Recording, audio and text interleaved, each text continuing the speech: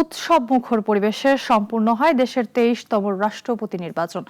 সবাই প্রত্যাশা করছেন নতুন রাষ্ট্রপতিকে নিয়ে আগামী সমৃদ্ধ প্রত্যাশিত বাংলাদেশ গড়ে তোলা হবে। তবে বিরোধী দলের নেতারা ৭০ অনুচ্ছেদ অনুযায়ী নির্বাচনের কারণে ভোটের স্বচ্ছতা নিয়ে প্রশ্ন তোলেন।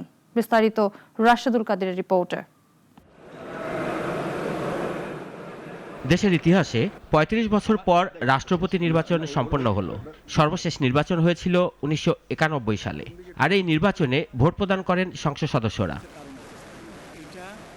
গত ২৪ জুলাই রাষ্ট্রপতির পদ থেকে পদত্যাগ করেন কার্যক্রম নিষিদ্ধ আওয়ামী লীগের আমলে নির্বাচিত মোহাম্মদ শাহাবুদ্দিন। পদটি শূন্য হলে ৯০ দিনের মধ্যে নতুন রাষ্ট্রপতি নির্বাচনের সাংবিধানিক বাধ্যবাধকতা রয়েছে। এরই ধারাবাহিকতায় ৬ আগস্ট নির্বাচনের তফসিল ঘোষণা করে নির্বাচন কমিশন।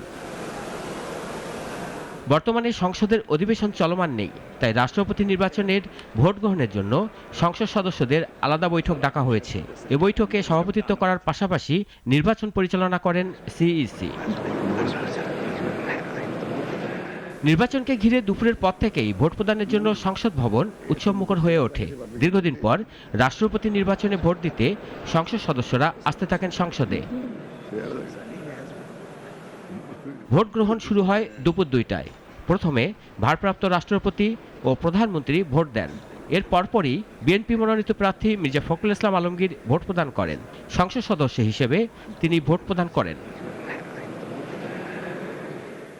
এবারে নির্বাচন বর্তমান সংবিধানের অধীনে হচ্ছে, আর এই কারণেই নির্বাচন নিয়ে প্রশ্ন তুলেছেন বিরোধী দলের নেতারা।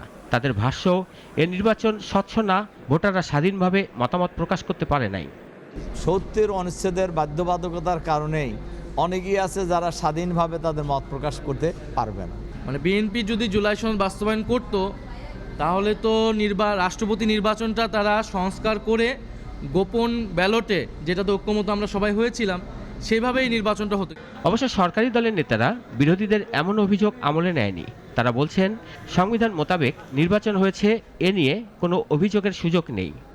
কিন্তু এখন তো সংবিধান সংশোধন হয়নি, সুতরাং আমাদের এক্সিস্টিং বিধান মতে, বিদ্যমান সংবিধানে যা আছে সেই মতেই এই ভোটটা হবে। এই নির্বাচন প্রমাণ করে যে গণতন্ত্র আজকে প্রাতিষ্ঠানিক রূপ পেয়েছে।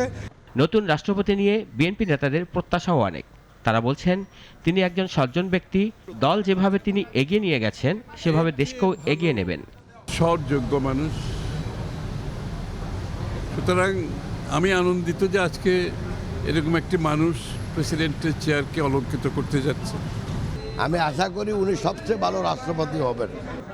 আগামীর গণতান্ত্রিক সমৃদ্ধ বাংলাদেশ সবাইকে নিয়ে গড়তে নতুন রাষ্ট্রপতি মির্জা ফখরুল ইসলাম আলমগীর ভূমিকা রাখবেন বলেও প্রত্যাশা সবার।